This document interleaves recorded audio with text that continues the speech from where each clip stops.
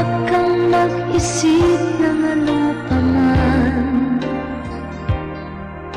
Mga paliwanag mo'y di ko kailangan.